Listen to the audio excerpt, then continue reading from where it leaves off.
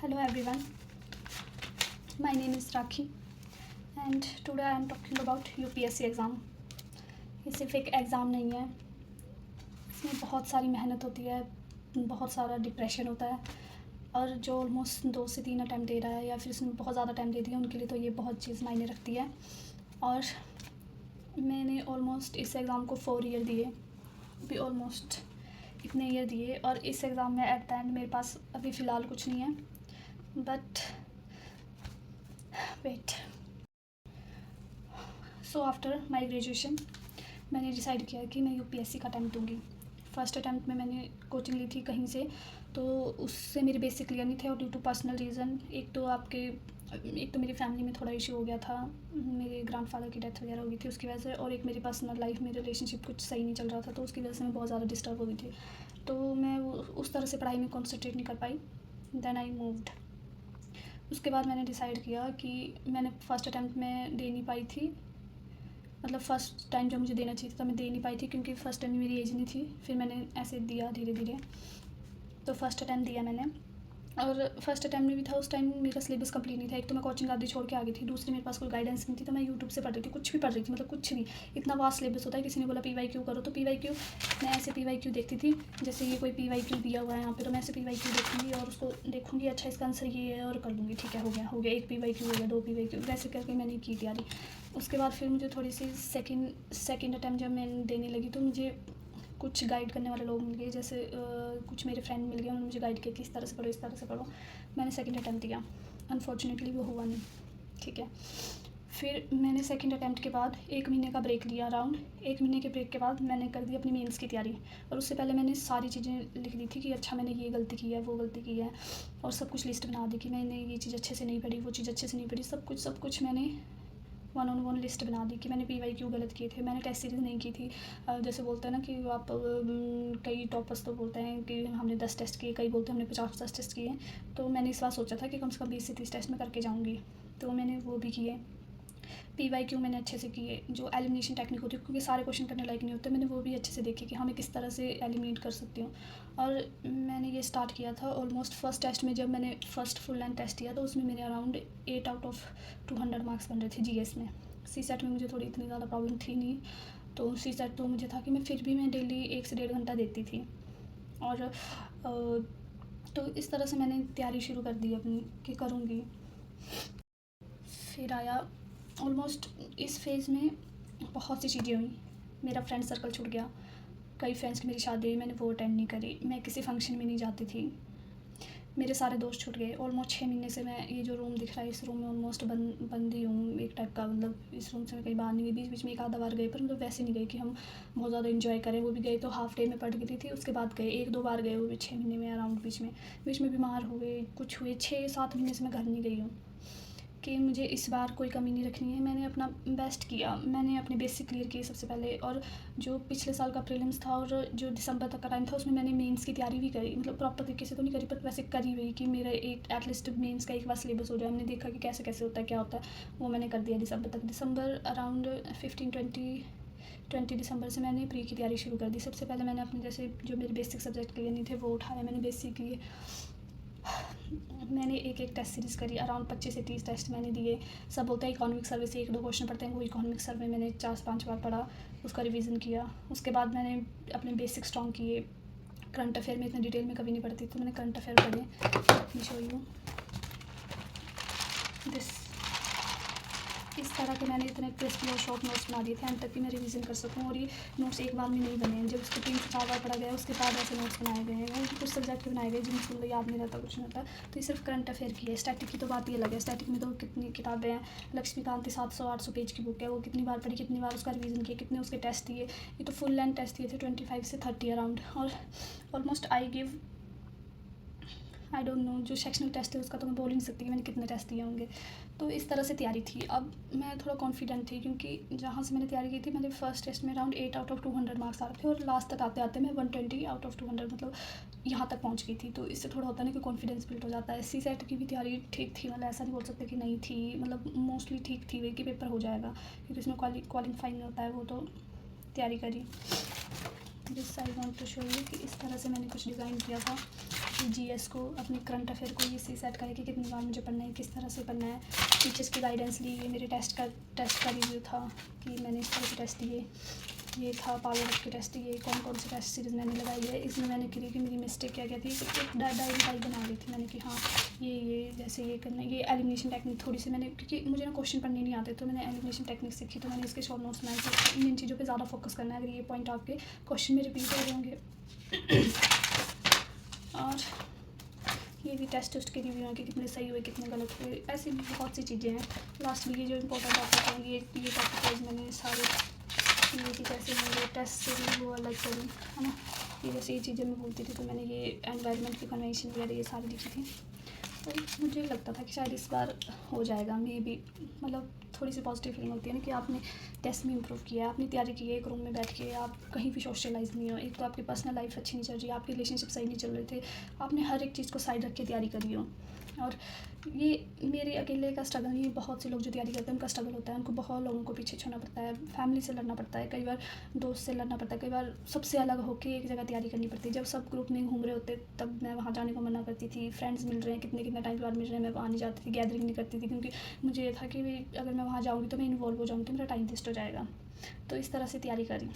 Then paper से 1-2 दिन पहले भी आई एम कॉन्फिडेंट कि क्या करूँगी मैं पेपर में, है ना, क्योंकि एक वो रिवीजन सीरीज़ टाइप आती है, उसमें भी क्वेश्चन, जब वो क्वेश्चन पूछते थे कि अच्छा इसका क्या होता है, तो मैंने भी वो ट्राई करी। जैसे कई शॉर्ट वीडियो बनाते हैं कि हाँ ये क्वेश्चन इंपॉर्टेंट है, तो जब वो बोलते थे ना कि ये टॉपिक, फॉर एग्जांपल प्रलय मिसाइल बहुत ज़्यादा इंपॉर्टेंट थे इस बार, तो उसने प्रलय मिसाइल के बारे में बोला, तो मैं ऐसे माइंड में करूँगी याद कि हाँ ये वाली मिसाइल इसमें ये था ये था, और वो वीडियो में एग्जैक्ट बोलेगा तो आपको कॉन्फिडेंस ही आता है कि नहीं मुझे याद तो है चीज़ें, काफ़ी चीज़ें याद है।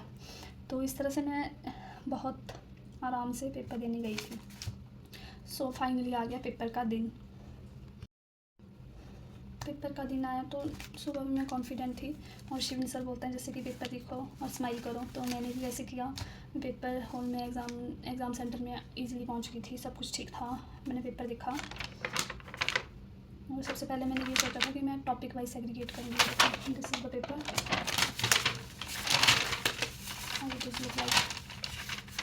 ये ऐसा मैं समझा कि मैंने इन सब में पढ़ा हुआ है तो मैंने सभी टिक किया, ऐसा कुछ नहीं है। तो मैंने पेपर पढ़ा, मेरी पॉलिटी, हिस्ट्री, जियोग्राफी वाली चीज़ें थोड़ी स्ट्रॉन्ग थी। सॉरी हिस्ट्री को नहीं बोलूँगी, बट पॉलिटी, जियोग्राफी ये चीज़ें थोड़ी मेरी स्ट्रॉन्ग थी। तो आई डिसाइडेड कि मैं सबसे पहले पॉलिटी करूँगी, उसके बाद मैं जियोग्राफी करूँगी। दैन मैंने बीच से पेपर स्टार्ट कर दिया कि मैं सबसे पहले ये करूँगी। दैन आई सॉ दिस, ये एक क्वेश्चन है, ये देखिए एक क्वेश्चन है, इतना बड़ा क्वेश्चन है, इसके ऊपर स्टेटमेंट के ये स्टेटमेंट है, फर्स्ट स्टेटमेंट्स, ये भी 4 स्टेटमेंट है, उसके बाद ऑप्शन है, सॉरी वीडियो में दिख नहीं रहा होगा, ये पूरा क्वेश्चन है, इसके बाद क्वेश्चन के ऊपर क्वेश्चन है, उसके बाद थर्ड स्टेप में जाके हमें आंसर करना है। मिस्टर एक्स, इसको देख के क्या करूँगी, mister x was an article, ठीक है।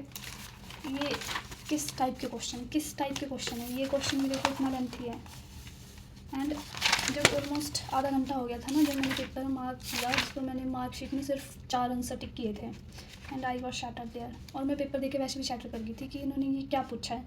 फिर मैंने बीच में से पेपर छोड़ा कि मैं शुरू से देखती हूँ कि मैं कैसे करूँगी इस पेपर को। और ये पेपर ना नॉलेज बेस्ड था ही नहीं एक्चुअली, ये वो तो है लक फैक्टर, या फिर जिनके इंग्लिश बहुत हाई लेवल की है ना जो एकदम से समझ आएंगे, बट समझने में ऐसा नहीं कि समझ नहीं आती, बट कैसे करेंगे इसको आप खुद बताइए। पहले हम ये स्टेटमेंट्स पढ़ेंगे, ठीक है, पहले हम ये वाली स्टेटमेंट्स पढ़ेंगे, पूरा पैराग्राफ पढ़ेंगे, इसमें से हम चूज़ करेंगे। जैसे कॉम्प्रीहेंशन टाइप होता है ना, तो मुझे लग रहा था कि कॉम्प्रीहेंशन उन्होंने यही पूछ लिया, तो मैंने ये पढ़ा, उसके बाद मैं ये लगी पढ़ने।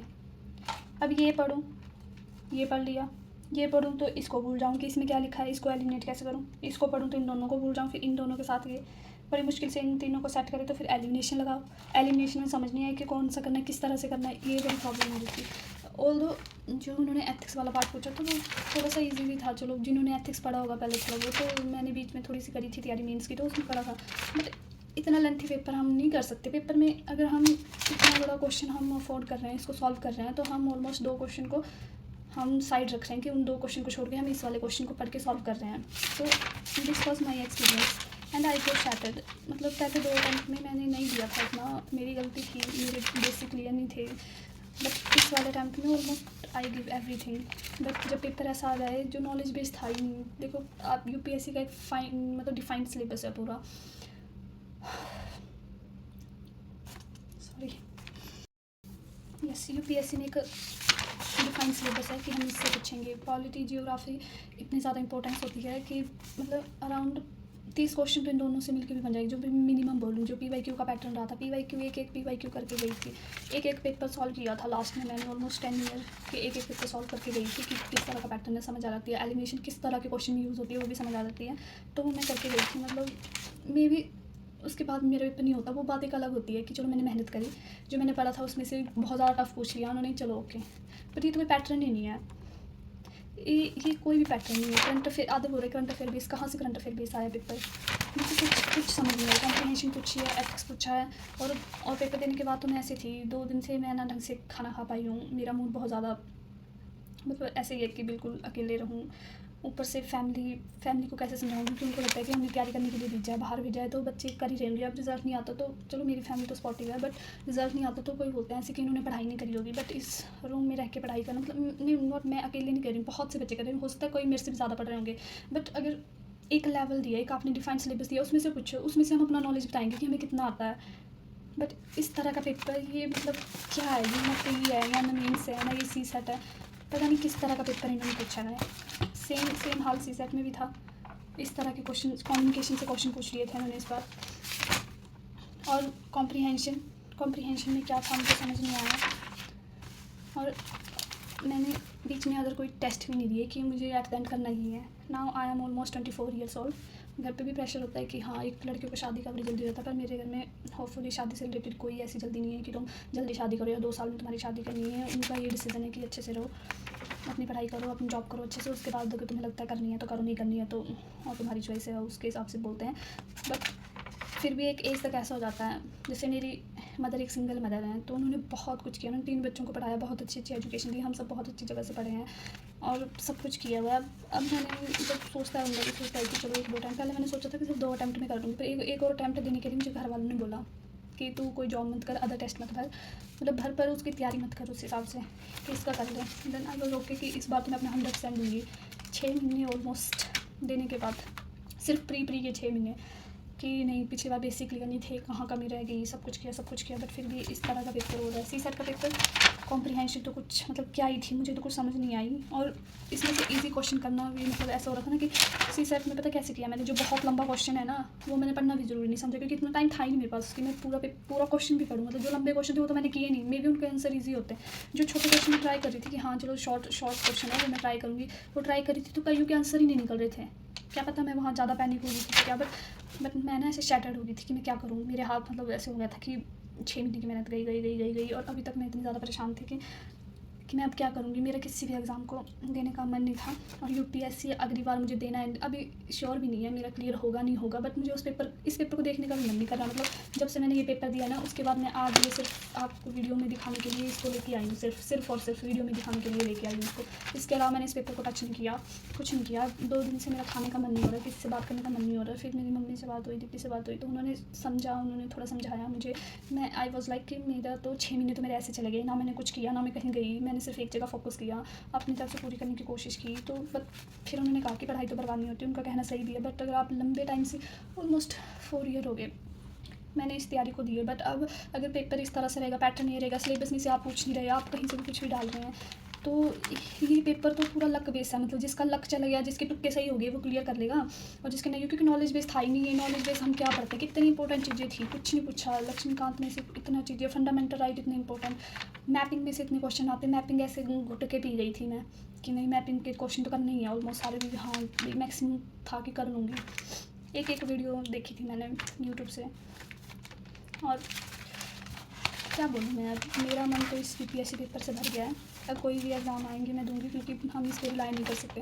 अगर आपके पास गुड सोर्स ऑफ इनकम है तब आप करिए, ज़रूर करिए, चाहे कितने अटैम्प्ट देने पड़े, बट एक एज तक ऐसा होता है कि आपको कहीं ना कहीं शिफ्ट होना पड़ता है। मैंने अदर एग्ज़ाम भरे, बीच में ऐसा नहीं भरे नहीं, बट मैं कभी पढ़ा ही नहीं उस तरह से उनका, क्योंकि कुछ पैटर्न तो अलग होता ही है, जैसे हिंदी आ जाती है, ग्रामर आ जाता है, इंग्लिश, अगर उस चीज़ से टच नहीं है तो बहुत अलग हो जाता है कि यूपीएससी का पैटर्न या फिर उस हिसाब से उसका सिलेबस छोड़ के हम कुछ अदर पढ़े, जैसे कंप्यूटर आ गया, कई एग्ज़ाम में, बहुत एग्ज़ाम में ऐसा होता है। मैंने हिमाचल सिविल सर्विसेज, जैसे मैं हिमाचल से बिलोंग करती हूँ, हिमाचल सिविल सर्विस का भी एग्ज़ाम दिया, बट वो मैंने पढ़ के नहीं दिया कभी, क्योंकि मुझे था कि मैं एक बार 2 अटैम्प्ट के लिए तो मैंने सोचा था कि मैं अच्छे से दूँगी, बट हो नहीं पाया। तो थर्ड अटैम्प्ट मेरे घर वालों ने मुझे मोटिवेट किया कि दो एक बार दोगी, इसके बाद नहीं हुआ तो तुम कोई प्राइवेट जॉब कर लो या फिर अदर टेस्ट कर लो। सो मैं बस ये कहना चाहती हूँ कि अगर आपका ये फर्स्ट अटैम्प्ट है, कोई सा भी अटैम्प्ट है, तो प्लीज़ टोटली इस एग्ज़ाम में रिलाय मत रहिए। अगर स्पेशली आप अगर फाइनेंशियली स्टेबल नहीं है तो प्लीज़ प्लीज़ प्लीज़ कोई अदर एग्ज़ाम मतलब साथ में रखिए, इसको अकेले देके कोई फ़ायदा नहीं है। मैंने इस एग्ज़ाम के लिए सब कुछ दाव पे लगा दिया था, अपनी रिलेशनशिप, फ्रेंड्स, फैमिली, मतलब ऑलमोस्ट मैं घर पे भी बहुत कम बात करती थी कि नहीं यार, घर पे भी बस टेंशन हो जाती है, सब पूछते हैं कि तैयारी कैसी चल रही है, क्योंकि तैयारी आपकी कैसी भी आता है, एंड क्वेश्चन यही होता है कि आपका एग्ज़ाम क्लियर हुआ या नहीं हुआ, सबको यही जानना है। आई डोंट नो आगे क्या करूँगी, 2-3 दिन से तो कुछ भी मन नहीं था, घर पे मैं बिल्कुल मना करती थी, मुझे कोई एग्ज़ाम देना ही नहीं है, मुझे नहीं करना, मैं प्राइवेट जॉब कर लूँगी या कुछ और कर लूँगी, बट मैं कोई गवर्नमेंट एग्ज़ाम नहीं दूँगी। बट अब थोड़ा माइंड रिलैक्स है, तो अब देखते हैं क्या करते हैं। सो अगर आप सोच रहे हैं तैयारी करने का, आई होप प्लान बी तो डेफिनेटली रखिए, स्पेशली अगर इस तरह का एग्ज़ाम आएगा जो आपकी नॉलेज को नहीं चेक कर रहा है, ये चेक नहीं कर रहा कि आपने क्या पढ़ा है, ये मतलब कुछ भी रैंडम पूछ रहा है, कुछ भी रैंडम, पता नहीं क्या। इसमें से कुछ क्वेश्चन ऐसे हैं जो चैट जीपीटी में अलग बताया जा रहा है, वो भी प्रो वर्जन में, चैट जीपीटी में उसका अलग आंसर है, जेमिनाई प्रो वर्जन में उसका अलग आंसर है, गूगल में उसका अलग आंसर है। मतलब कुछ टॉपिक तो ऐसे हैं जिनका मतलब ये जो एडवांस एआई सिस्टम है वो भी नहीं बता रहे कि इसका आंसर क्या होगा। तो हमसे क्या एक्सपेक्ट करते हैं ये कि हम बच्चे हैं, हम कुछ तैयारी कर रहे हैं, मतलब जो एडवांस एआई भी नहीं सॉल्व कर पा रहा है उस तरह का दे दिया है। अगर ये पेपर लीक भी हो जाता ना, तब भी बंदा कितने ही क्वेश्चन अटैम्प्ट कर लेता, कर ही नहीं पाता पूरे क्वेश्चन, फिर भी नहीं वो अटैम्प्ट कर पाता, 50% से क्वेश्चन को फिर भी अटैम्प्ट नहीं कर पाता अगर पेपर लीक भी हो जाता तो। I think I am quitting from UPSC. अभी तो मेरा कोई इरादा नहीं कि मैं आगे दूँगी या नहीं दूँगी, but this is my third attempt. पर इस अटैम्प्ट ने मुझे पूरी तरह से तोड़ दिया। मैंने अदर भी टेस्ट दिए हैं, मतलब वैसे अदर टेस्ट मैंने पढ़ के नहीं दिए इतने कि मैं हाँ बहुत डिटेल में या बहुत पढ़ के वैसे दे दिए हैं। तब भी एक एक्साइटमेंट होती थी। जब मैंने पहला अटैम्प्ट दिया था मुझे पता था मेरी तैयारी फुल नहीं है, मेरा सिलेबस फुल नहीं है, तब भी मेरे को इतनी एक्साइटमेंट थी कि यार मैंने अगर तुक्का लगाया तो मेरे कितने क्वेश्चन सही हुए होंगे। तो मैं उसमें भी बड़ी ज़्यादा खुश थी कि आके सबसे पहले मैंने ये चेक किया कि यार इसका आंसर क्या होगा, इसका आंसर क्या होगा। इस पेपर को देने के बाद मुझे इसको देखने का मन नहीं हो रहा, मतलब आई डोंट नो रिजल्ट क्या रहेगा, मुझे अभी कुछ नहीं पता कैसा होगा, मतलब जो भी क्या तुक्के भी सीखे हुआ है। बट इस पेपर को मतलब ऐसा भी नहीं हो रहा कि मैं आंसर देखूँ इसका यार कि ये मैंने आंसर अच्छा ही किया तो इसका आंसर क्या होगा। तो उम्मीद ही क्या कर सकते हैं।